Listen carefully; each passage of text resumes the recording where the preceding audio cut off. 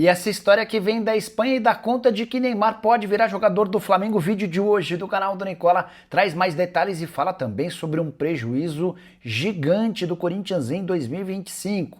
Bora te atualizar também sobre um ex-jogador do Palmeiras que anda bem mal no futebol inglês. Será que ele pode voltar ao Verdão? Para completar, votação apertada no São Paulo. O Galo aceitando proposta para saída de jogador. Tudo sobre o Cruzeiro com oferecimento à Raposa. Vou falar ainda sobre o futuro de Kahneman, desmanche no Mirassol, últimas do mercado e muito mais.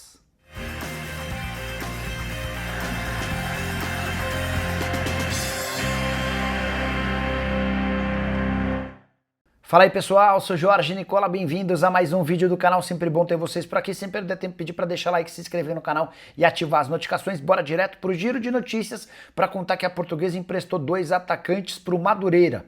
Éricles e Everton Messias vão disputar o Campeonato Carioca pelo time do Rio. Já o Vasco da Gama presenteou todos os seus funcionários com uma camisa oficial do clube e um ingresso para a partida decisiva contra o Corinthians domingo no Maracanã. Baita ação super legal. Já Safonov, goleiro que virou herói do PSG na decisão por pênaltis contra o Flamengo no Mundial, acabou por fraturar a mão esquerda durante o jogo e vai ser desfalque do PSG por algumas semanas. Queria completar contando que o Wilton Pereira Sampaio será o árbitro de Vasco e Corinthians na decisão da Copa do Brasil neste domingo no Maraca, enquanto o Rafael Guanais virou o plano A do Botafogo para a substituição de David Ancelotti. A multa do Guanais no Mirassol é considerada baixa e existe a possibilidade de o acordo ser fechado ainda nessa sexta-feira. Bora te atualizar sobre o Santos mais distante de Gabigol. Peixe gostaria muito do retorno do menino da Vila. A questão financeira é o grande impeditivo, fui o primeiro a contar ao longo da semana que entre salário, direitos de imagem e luvas, o Gabigol tem direito a R$ 3.450.000 por mês. E aqui vem o grande ponto, o Cruzeiro, para negociá-lo, prefere que o novo clube assuma 100% das responsabilidades, número completamente inviável, especialmente porque o Neymar já ganha hoje acima de R$ 4 milhões por mês. Como a ideia do Peixe é contar com o Neymar, se juntar o salário do Neymar e do Gabigol, você gastaria perto de R$ 8 milhões mensais, somando também toda a tributação, número inviável para a realidade financeira do Santos. A estratégia agora de Alexandre Matos, Marcelo Teixeira e companhia é esperar que não existam propostas pelo Gabigol, o Cruzeiro aceite cedê-lo pagando parte dos vencimentos. A partir daí pode vir a acontecer algum acordo.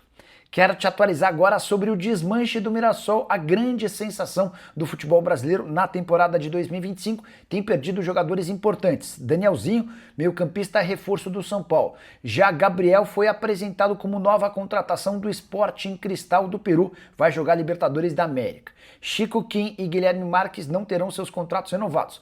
O Chico Kim, atacante, o Guilherme Marques, meio atacante. Contratos terminam em dezembro e eles não foram convidados a permanecer. Maceió e Bruno Bertinato foram devolvidos à Lusa, enquanto Matheus Salles também não agradou e está de saída. Já Chico da Costa, centroavante que chegou a fazer gols importantes, está voltando para o futebol paraguaio. E Kahneman pode deixar o Grêmio em 2026. A pedido do técnico Luiz Castro, o tricolor busca zagueiros mais jovens e rápidos. E se eles chegarem, a tendência é que o Kahneman seja negociado. Atleta de 34 anos de idade, no Grêmio desde 2016. Confesso que ainda não consegui entender por que o Kahneman teve seu contrato prorrogado ao longo desse ano até dezembro de 2027. Isso vai se tornar um enorme problema para o tricolor gaúcho, que paga R$ 700 mil por mês. O fim dessa temporada já mostrou que o Kahneman não parece fazer parte dos planos. Dos últimos 5 jogos do Grêmio, ele nem sequer saiu do banco de reservas em 4. O ponto é, onde encaixar o Kahneman, em outro time do Brasil ou do exterior, sem ter de ajudar com pagamentos dos salários? Esse é um problema que terá de ser resolvido pela nova diretoria tricolor. Na busca por um zagueiro, o Cruzeiro analisa a possibilidade de fazer proposta por Rodrigo Becão. Brasileiro de 29 anos de idade, que pertence ao Fenerbahçe. Ele havia chegado à Turquia como o defensor mais caro da história do Fenerbahçe, comprado por 9 milhões de euros junto ao Udinese.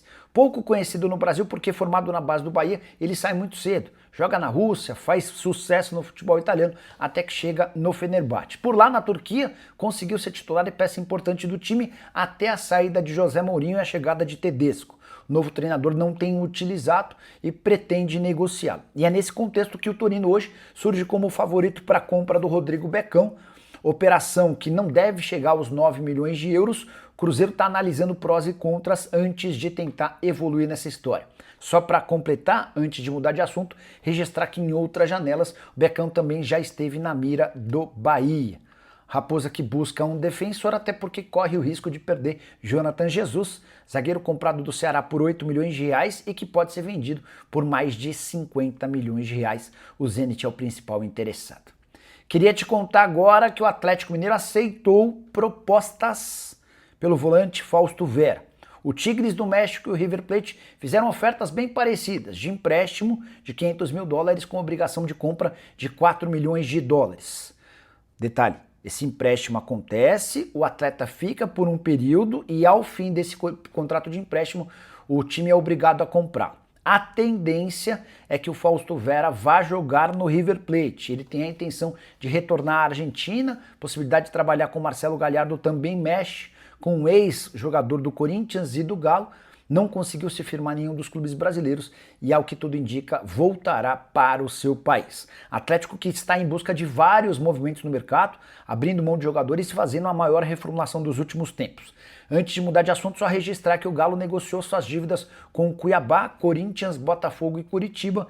Eram clubes para os quais o Atlético devia e essa renegociação vai garantir um pouco mais de tranquilidade ao Galo e menos reclamações desses times com quem o Atlético já fez negócio. E a força política de Júlio Casares vai de mal a pior. Nessa quinta-feira ele conseguiu a aprovação da proposta orçamentária para 2026, mas votação extremamente apertada, algo bem pouco usual desde que ele se tornou presidente do Tricolor. Foram 112 votos a favor da aprovação contra 107 contrários. Detalhe, esse é o tipo de votação que passaria com enorme tranquilidade, mas membros da oposição se juntaram e decidiram votar contra a projeção orçamentária por entenderem que precisavam se manifestar e protestar contra a gestão do Júlio Casares, marcada nessas últimas semanas por uma série de problemas. Teve a goleada por 6-0 contra o Fluminense, teve a questão das canetas de emagrecimento usadas em jogadores do time principal. O principal de tudo, o escândalo envolvendo aluguel e venda de camarotes de forma clandestina. Enfim, um verdadeiro caos se instalou no São Paulo. Só para completar, dentro do Tricolor, muita pressão para que Douglas Schwartzman e Mara Casares sejam expulsos do Conselho Deliberativo. A dupla, inclusive, votou para aprovação da peça orçamentária de 2026, que prevê uma arrecadação acima de 900 milhões de reais e um superávit de mais ou menos 30 milhões. Só para completar sobre o São Paulo, informação importante, Tricolor e River Plate, enfim, se acertaram para aquela troca, que fará com que Galopo se torne jogador em definitivo do River Plate, Enzo Dias e Gonçalo Tapia a caminho de forma definitiva do São Paulo. Preciso contar agora sobre um ex-meia do Palmeiras que vai mal no futebol inglês. Vocês lembram do Luiz Guilherme, né? Surgiu como enorme promessa, talvez do mesmo nível de Estevão e Hendrick, mas a verdade é que ele não conseguiu vingar. Vendido por 23 milhões de euros ao West Ham, o Palmeiras ainda poderia faturar outros 7 milhões de euros com bônus. Nenhum desses bônus bateu porque ele tem jogado muito pouco. Na atual temporada, só 5 jogos, um único como titular. E desde a chegada do Nuno Espírito Santo, o espaço do Luiz Guilherme tem se tornado cada vez menor. A tendência é que o West Ham procure um clube dentro da Europa para negociá-lo. Se não houver nenhuma proposta, dá para imaginar até um retorno do Luiz Guilherme ao Palmeiras, embora hoje essa possibilidade seja vista com menos força. Antes de mudar de assunto, só registrar que o Palmeiras fechou a renovação de contrato de Marcelo Lomba, goleiro de 39 anos de idade. Ele quase foi para o Fluminense no meio do ano, o Fluminense acabou desistindo da sua contratação e sem outras possibilidades o Lomba estendeu seu contrato até dezembro de 26. A tendência é que praticamente não jogue na próxima temporada, até porque o Everton e o Carlos Miguel vão disputar a posição de titular.